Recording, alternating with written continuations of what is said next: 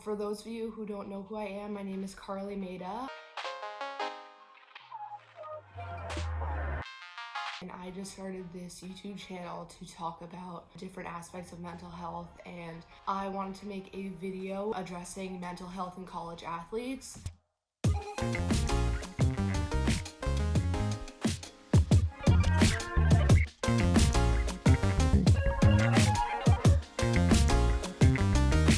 I played Division I lacrosse in college, and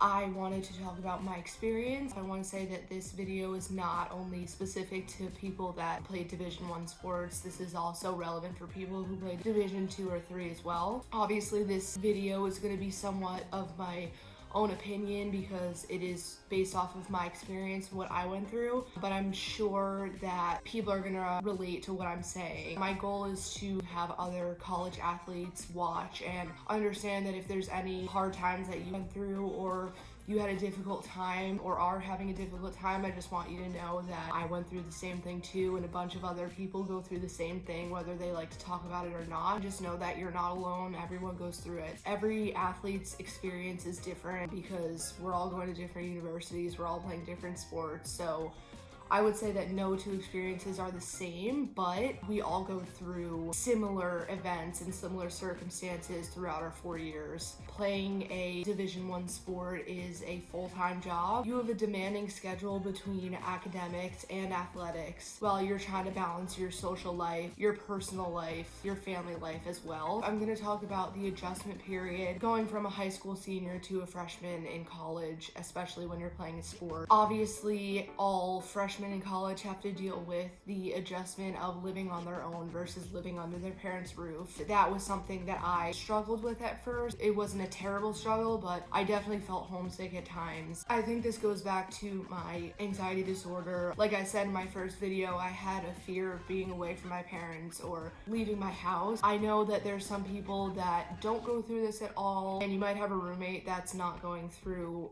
or feeling homesick at all either, but just know that a lot of other people do, and it's normal. This is your first time that you're gonna have to take on a bunch of new responsibilities, and especially as a college athlete, you have this demanding routine. At first, it's gonna seem like you're being pulled every direction. I would say that after a few months of me being at school is when I finally developed a routine. Waking up at 6 a.m. for lift, after lift, quickly getting something to eat before my 8:30 class, going to another class, and then run across campus to make sure that I get to the stadium on time, having enough time to change into my practice clothes. If not, I wore them to class, including my turfs. After practice, you have to sneak in enough time to eat lunch before you have to go to your next class. And then when you finally get to your dorm or your apartment to take a breath, you realize that you have a ton of work to do. You don't have a lot of time just to sit down and like pause for a second. This can be incredibly draining for people. It was for me. And even after getting into that routine, it got so old at some point that it was like the same thing every day. There was no variety to it. Lacrosse is a spring sport, so the fall was our off season and the spring was our in season. I felt like I was on such a regimented schedule that I would have no purpose at times. As weird as that sounds, because I'm a Division I athlete at a great school, at the time I just felt like I had no real purpose because I was on this demanding schedule for so long. There's gonna be times where you experience extreme highs and extreme lows. Extreme highs for me were being on the starting lineup, getting playing time, winning games, getting positive recognition from trainers and coaches, feeling like you have control over your life, your schedule, your body. And then you can go through extreme lows, which include the obvious: not getting playing time, losing your spot, getting injured, having a practice. But the other ones that people don't talk about as much are feeling lonely, feeling stressed, and feeling like you're losing a sense of your own purpose. Like I said before, I felt like that a lot. I would also have anxiety breakdowns during practice, after practice, during season especially. Your coach is allowed to be with you guys for 8 hours of the week, so that can be broken up or broken down and spread out across 5 days or 6 days. but in season, you're a full-time athlete, so realistically, there's no limit on how long he or she can be with you throughout the entire day. It's also a sense of not knowing. Yes, we have a scheduled 3-hour practice, but like, are we gonna be called back to the stadium or back to the locker room for something else? And oh great, that plays into my personal time that I was gonna study or make dinner or literally take a shower. I'm going to talk about resources now. Obviously, every university or college is different. Every athletic department is different. So some college athletic programs will have the luxury of having sports psychologists on campus, whether it's 1 or 2, or you are lucky enough to have one for every single team. At my university, we did not have the luxury to that. Like I said in my first video, I utilized the counseling center on campus, but as just a generalized disorder minus the sports, that was great. But when I was in season, or when I was having anxiety that was induced by playing lacrosse, I did not feel that our university had a resource to go talk about sports and anxiety. I would stress to you guys to go talk to your coach if you have a good relationship with him or her.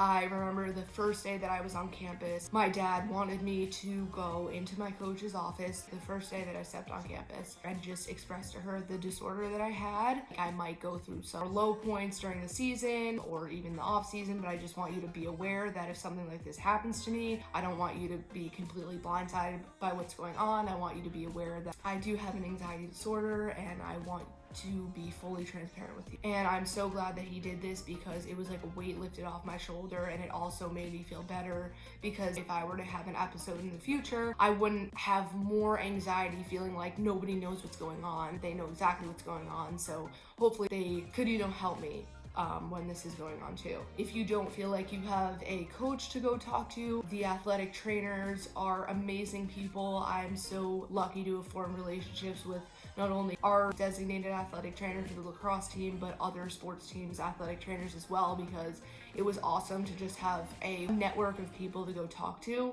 I also had close contact with my athletic director and assistant athletic director. I felt comfortable enough going to them and talking about how practice was going or how I was feeling. Also feel comfortable talking about this with my parents. They were incredibly supportive throughout my 4 years. I talked to them almost every day how I was feeling with lacrosse mentally and physically, and they always gave me great advice and were always there to listen. I've talked to some people who do not feel comfortable going to their parents about something, so talking to your teammates is another great outlet if you feel like you are comfortable doing that. Athletic departments are constantly trying to improve their facilities or improve their program or their brand, and I think that a lot of their money and thought goes into expanding their physical presence on the campus. I know that a lot of schools are trying to add more buildings or trying to revamp their locker rooms or revamp their weight room for the athlete's physical performance, but I think truthfully that they're not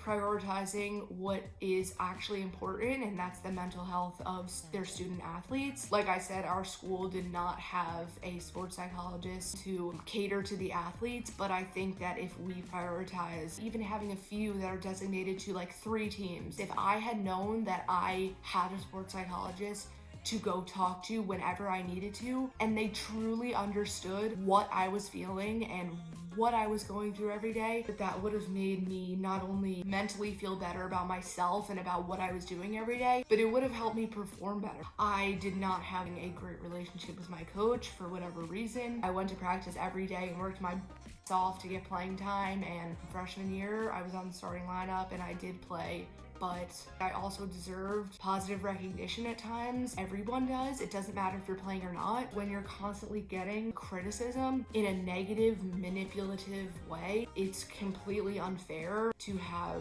other people on the team witness this. Some days I just felt like I was singled out more than other people. Not everybody has this happy-go-lucky relationship with their coach. For me, yes, I was playing and that was awesome, and I was so grateful to be on the field to contribute, but what goes behind the games is countless hours of practice. If you're not feeling confident in yourself at practice and you're feeling this negative pressure that would lead to me having to run off the field mid-drill because I started having a panic attack because I just couldn't take the constant pounding of negativity. Again, it wasn't even constructive. It was just mean at that point. So I would run off the field and go stand in the bathroom for a few minutes just to try and collect myself because I didn't want my team to see me having a full-blown panic attack. And after practice, I would be told that I can't do that. I don't have the right to run off the field and go to the bathroom and collect myself. It sets a bad example for everybody on my team. It was having panic attacks at practice. It was having meltdowns at practice every day. I want to say it's normal to have meltdowns at practice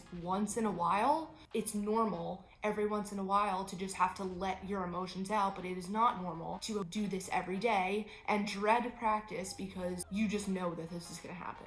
And that's where I was. Most of this happened my junior year. This was the hardest year for me. I cried every single day. I would call my parents after practice every single day in tears and tell them, I don't know if I can do this anymore. I know that I'm gonna be a senior next year, but I want to quit. I don't think that mentally and emotionally I can do this anymore. 3 games left of the season. We were playing in Denver, Colorado, and there was 55 seconds left of the game, and I was going for a double team, and I twisted my leg, misstepped, and tore my ACL. This was the turning point for me. It completely changed my mindset because I was ready to just throw everything that I worked for since high school away. I was ready to throw away countless hours of time and effort, but my mindset changed because I'm a very competitive person. I would say that I'm slightly a perfectionist at times, and this challenged me to get better and be fully cleared and ready to play for that first game. And I'm thankful that this happened because if I didn't tear my ACL, I don't know if I would have been playing senior year. God works in mysterious ways, and I think this was his way of telling me that there's no reason to throw it all away. I firmly believe that this was not a circumstance of me not being strong enough, me not having trained properly, the turfs and the cleats, but I believe that this was a circumstance of my mind not being 100% healthy. My motto is healthy mind, healthy body, and this led to me dealing with a serious injury. While strength trainers or your athletic trainers constantly stress you need to be physically sound, I think that people should be stressing that if you are not mentally sound, you are not going to be physically sound. That was the case with me. I know a lot of people go through injuries and it completely goes the other way. I empathize with how hard it is to recover from an injury, especially a serious injury like this, where the recovery time is at least a year. So I dedicated my entire summer to rehabilitation to try and get back. I came back actually 9 months after rehabbing. I also had a second surgery around 6 months because there was a buildup of scar tissue in my leg that was keeping me from fully extending my leg. So basically they had to go in with a scope and just clean out the remaining scar tissue. The recovery time was not as long as it was for the original surgery, but my doctor said that that could set me back even longer than a year. I told myself, Carlye, you're gonna do exactly what you're supposed to do with your rehab. You're gonna take it seriously and you're gonna be able to play in your first game senior year. And I was, and I think that it is healthy and necessary that you personally give yourself props to what you have accomplished in your life. I'm so proud of myself for getting through this injury, and deeper than the injury, getting through this serious emotional time that I went through my junior year of college and coming out on the other side ready to compete and ready to just end my career on a positive note. College athletes are tough people. I'm not looking for pity, and we're not looking for pity. It's healthy as humans to want positive recognition, and I feel like that is not given enough to us. College athletes are sometimes labeled to be weak when they express emotion or when they cry or when they have a breakdown. It's so unfair. We are the furthest thing from weak. We dedicated 4 years of our life to a program. We spent hours of the day to athletics, where it should have been an athletic and academic 50-50 balance. Academic even more, it wasn't the case all the time. Sometimes we had to put our homework on hold for athletics. I thought you were tougher than that. You're acting weak. I am human. I am allowed to feel this way. I mean, pushed hard every single day. I just want to say that if you are a college athlete, You are allowed to have emotions. You are allowed to have breakdowns, as bad as it sounds. You are allowed to feel lonely or stressed or like you're not good enough, looking for that positive recognition.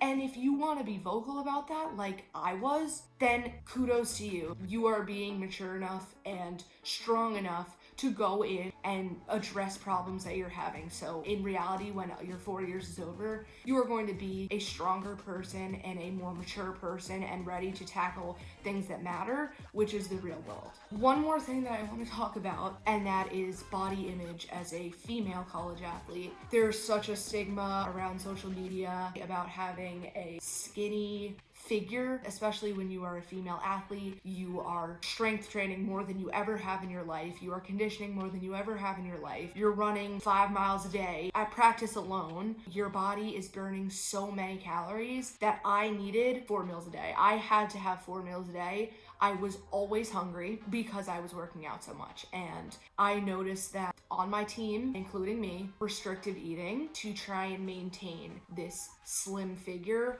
while we were strenuously working out every single day. Those two don't mix, unfortunately. Your body has to be strong enough and fueled with the right amount of food to be able to perform at a Division I level. This was kind of hard because my body, the way I looked freshman year is a complete 180 to what I looked like senior year. Part of what helped me get through the restrictive eating, which was unhealthy, basically disordered eating, where I was trying to cut down a meal a day or try not to eat as many carbs as I would and try and just eat salads, where a salad was not going to hold me over for practice. I needed protein, I needed bread, and more than that. I think that acceptance and accepting that during this time in my life, I need to make a sacrifice and fuel my body with what it needs to be able to perform and stay healthy and not get injured. Because now, having graduated and not being on this regimented, physically demanding schedule anymore, I can work out for myself and I can do what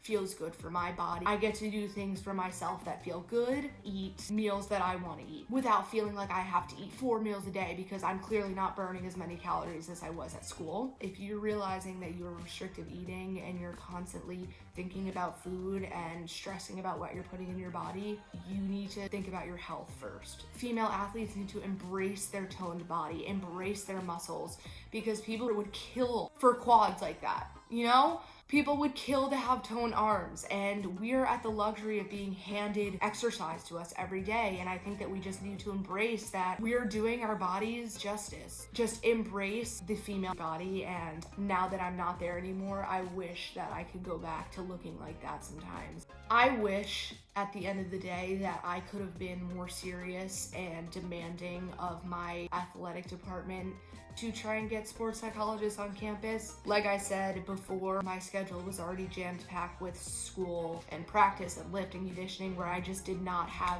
the time to fully dedicate myself to making a change on campus. I know if I turned a couple things around, like I could have made it work, but it's so hard to do that. To actually commit yourself to something during this time is really difficult. So as athletes, we deserve resources to go use every day to make sure that we are mentally sound. I hope that athletic departments continue to educate their athletes on the importance of mental health and don't shy away from it because they don't want to bring this negative connotation to their athletics. But I think that it isn't a negative connotation at all. It's positive because you're bringing awareness to something that is serious and is real and is going on in today's world. Not everybody can handle the pressure of being a Division I athlete. It was difficult to understand that a couple athletes took their lives when I was enrolled at school. It's not a joke. People get to the point where they feel like they can't go on any longer. I think that this needs to be addressed, and athletic departments need to not only protect their athletes from physical ailments, but from mental ailments as well. I can't express to you how many people on my team and how many people on different teams have come to me and expressed that they are having sports-induced anxiety, which is real. And a lot of coaches don't want to address this or feel like it's not real, but sports-induced anxiety is real. It is just as important and is just as serious as having an anxiety disorder, because if untreated, it can get serious and, again, like I said before, lead to people doing things that they shouldn't be. Student athletes are some of the strongest people I know, which is also why they do a good job of hiding their emotions. I want to encourage you guys to use your strength to speak out about it and be a resource for somebody else, because some of your teammates may not feel comfortable going to their coach. Be an outlet for them. Let them know that you're there for them to talk about whatever they are going through, and you will be there to listen and help them as much as you can. This unspoken injury, which is sports-induced anxiety, is not talked about enough, and I hope that mental health will be a #1 priority in the athletic community from here on out, because I think that not only will that save college athletes, but it will help transform the game and help athletes to perform better. If you are watching this and you are a Division I athlete or you're a former college athlete, I hope that it helps you to understand that you are not alone. I went through some of the same things that you went through. Yes, winning is important to an extent. And yes, we as college athletes are looking to do one thing, and that is succeed. But how can teams do this when they are losing players because of a mental illness? Even though I went through hell and back sometimes, I would do this all over again, because I think that it shaped me to be an advocate. I think it shaped me to be a young woman who's not afraid to speak about things that are important, and I wouldn't trade it for the world. I'm gonna do this new thing where before I film every video, I'm gonna put this on my Instagram story for people to ask anonymous questions that they want me to address in my videos. So I have a couple. This first question is, how being an athlete makes you identify as just that, how it hurts mentally if you aren't playing. I think the word athlete is more than being the person that is starting and playing every single game. People do not see the behind the scenes of practice and what you are doing if you're doing your own personal work outside of practice. If you're going and getting more reps, or you're going on the track getting more reps in the pool, it's the things that your coaches or your players don't see that makes you that much more of an athlete. Especially being somebody that is not playing, you have to have even stronger mental health. You are going through more difficult circumstances than people who are playing are. Sitting at practice and not even getting into the drills at practice, and then having to go see every single game where it's awesome to see your teammates succeeding. It's not comparable to you being that person to succeed, or you getting that recognition. Being an athlete that doesn't play is much more difficult than being a person that does play. You need to take a step back and think about, while you're not getting playing time, you're still showing up every day at practice to make your fellow teammates who are playing better. Whether people show it or not, they recognize the effort that you are giving. Another question.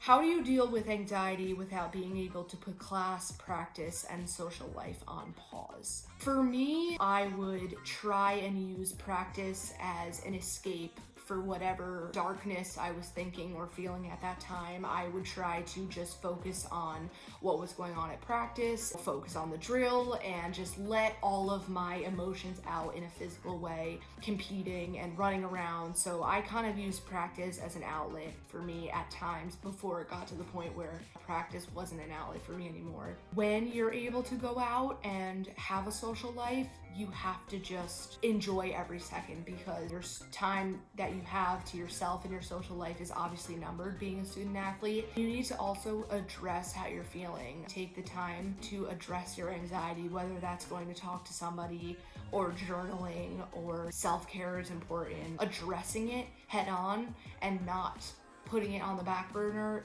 will benefit you in the future. I'll answer one more question because I've taken up enough of your time. What would I tell my freshman year self? To embrace change. Change is one of my triggers for my anxiety disorder, even if it's as simple as the semester changing and I have completely different classes in completely different buildings. That is something that heightened my anxiety because I just didn't like getting out of a routine. With change comes growth. And without having even changed from a freshman to a sophomore, sophomore to junior, junior to senior, I would not have grown into the woman that I am today. Change also allows for realization, realizing not only things about academics and sports and the world and friends, but who you are as an individual. From an athletic standpoint, you might lose your spot or you might gain a spot on the starting lineup from being on the bench. These events are extremely important for growth and shaping your mindset to be the strongest person that you can be. I hope hope that this addressed what some people have questioned or what some people have thought about being a student athlete. I hope that my experience allows you guys to understand that I'm so rambling on right now, but I just need student athletes to know that what you're doing is incredible and nobody can take away the success and the hard work and the effort that you're putting into your life. If you watch this video, thank you so much for watching. I will talk to you guys in my next video.